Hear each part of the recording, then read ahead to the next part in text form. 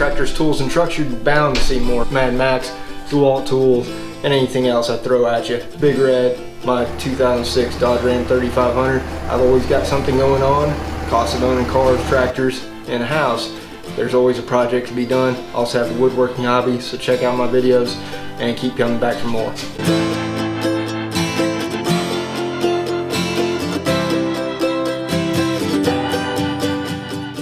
Hey guys, welcome back to the channel. John here. So today we got a special project for you. We're actually going to tear apart Big Red. We're going to replace the injectors. We're going to replace the injector tubes. We're also going to replace the wiring harness. Now, I'm probably going to do a voiceover for most of this video because it is definitely R-rated. This is a difficult project. The number 6 injector is surely a complete pain. Got lots of scrapes and busted knuckles from it. So don't take this project on unless you've got some serious mechanical skills and you know your way around the engine. You can watch the YouTube videos from Industrial Injection and everything else. They give a very good how-to. There's other videos out there where they just replace one injector at a time. The process is the same. So if you want to take this on, once again, this is a general how-to. Do this at your own risk. You know, don't look at me and say, hey, well, John said this is how you do it. I did it according to the instructions and the mechanical skill sets I have. And so far, no leaks. Just an overview of what all we did. We replaced injectors 1 through 6, replaced the injector tubes, we replaced the fuel filter, and we also replaced the wiring harness. I was having a misfire on the A group. Engine was running extremely rough. I've run all kinds of diesel cleaner through it, Seafoam and Lucas, and intermittently I was still getting a injector or a check engine light. Great thing about having a programmer is you can diagnose it and clear the codes. And so far the truck's got 170,000 on it. I keep running cleaner through it that cleans up the injectors, but it's only lasted so long. So I think right now the electronics were starting to go out, so I just went ahead and replaced everything while I was in there. I did have a helper, so if you see my daughter on screen, she was a great help. I asked her if she wanted to take on this project. She's getting ready to, you know, turn 16, have a license, have a car. And so one thing about owning a car is you got to know how to work on it. You don't want to be paying the dealer or a repair shop every single time you need to work on your car. That includes how to change your oil, how to repair your engine if need be for minor repairs, how to change your brakes, how to change a tire, and all those things. So in future videos, if you guys got questions on how to do something, I'm just a DIYer. I'm not a pro mechanic. My brother, he's a certified mechanic, works on Audi R8s, antique vehicles and everything else. He has a very successful business. I'll give Rick a shout out on this video. But if you would, smash that like button, smash that subscribe button, stay tuned, hope you enjoy it, and keep coming back for more. Alright guys, so the video is going to show most of this, but you basically have to take off the intake elbow. You got to remove the valve cover, you got to remove the valve rockers, making sure that you label those, keep them in order. You take the bridges off the valves. You got to pull the whole common rail off, disconnect the top and bottom intake and return lines, undo each of the injector tubes. You got to pull the injector tubes, pull the injectors, remove the wiring as well. For this project, I actually removed the wiring harness and replaced the injectors. I didn't want to have to go back in there. So these are not just stock injectors, nothing fancy, no high horsepower or anything. Once again, I'm going for reliability and dependability. I did keep the originals in case I decide I want to have them rebuilt and send them away for an upgrade at some point in time. But these are just one-for-one replacements. So far, it's been extremely reliable. So first thing we're going to do is remove the valve cover. Take those loose. Before we take the valve cover off, let's get this elbow out of the way and get this tube out of the way next.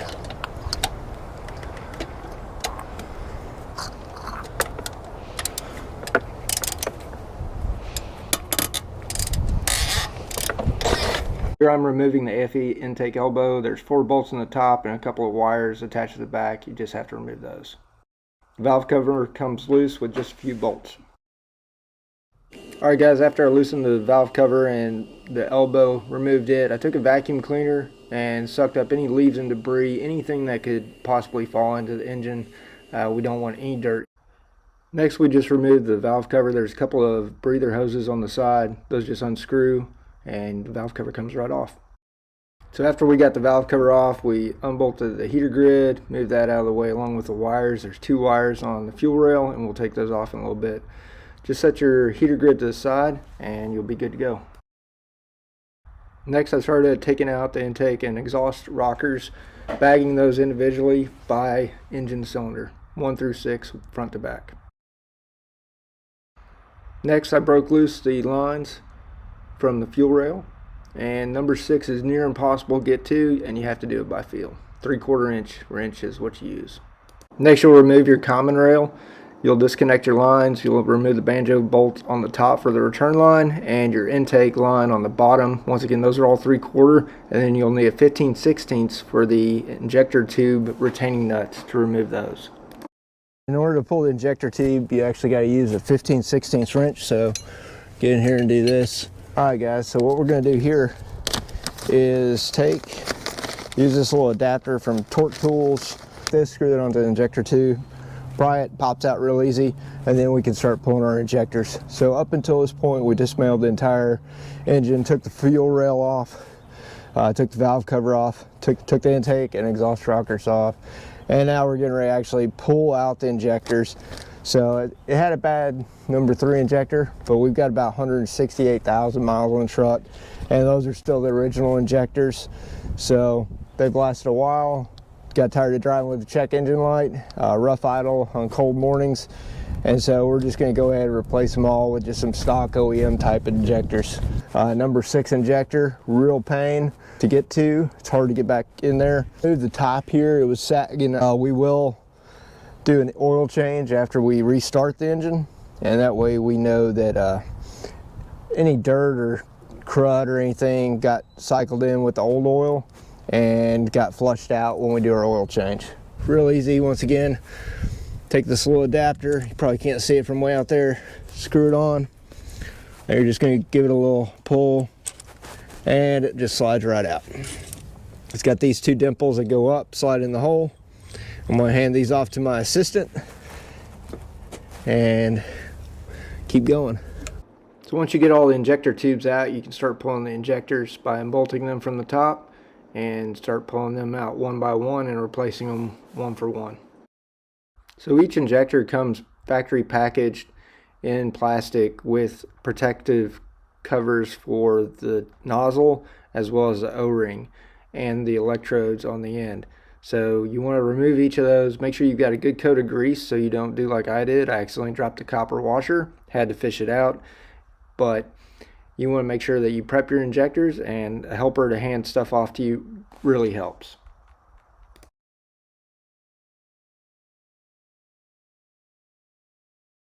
All right, that clicked. Tube. So this is where having a good helper really comes in handy. You put your injector in with the hole or orifice facing the side where it ties into the injector tube. You'll hear the injector click. You'll slide in your tube with the notch up. You'll hear it click, and then you are ready to hand tighten both the screws that hold down the injector. You're going to hand tighten those evenly. You're going to wiggle your injector slightly as you push in your tube, and once your tube is secured, then you'll put down your tube retention nut hand tight. Once you get everything hand tight, then you'll start by torquing your retention nut to 37 foot-pounds, and then after you torque that, 89 inch-pounds in stages on your injector to retain your injector bolts.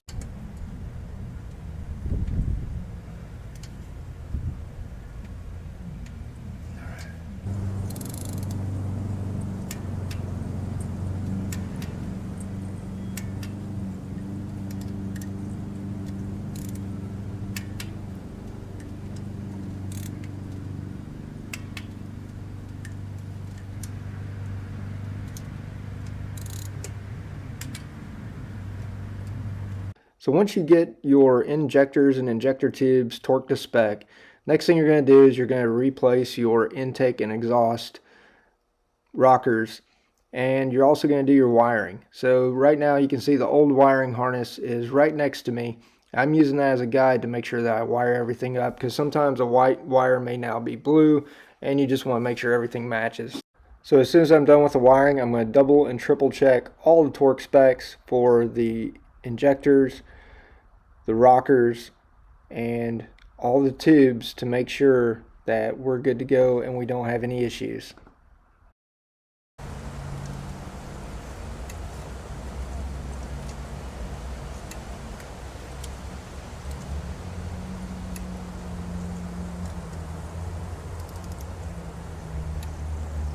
So once you have all the engine internals torqued to spec, next you would go back, install your fuel rail, tying all your lines down to 22 foot-pounds for the banjo bolt for your return line, your intake high pressure line, as well as your lines on your actual engine.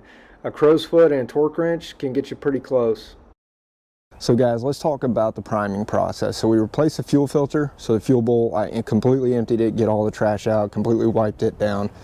We replaced the fuel rail, so you got to think, you got to fill up the whole filter housing, you got to fill up the common rail, and you got to get fuel all the way out to the injectors. So the priming process, I say I'd cycled the engine on, let the fuel pump run from the tank probably about 10 to 15 times.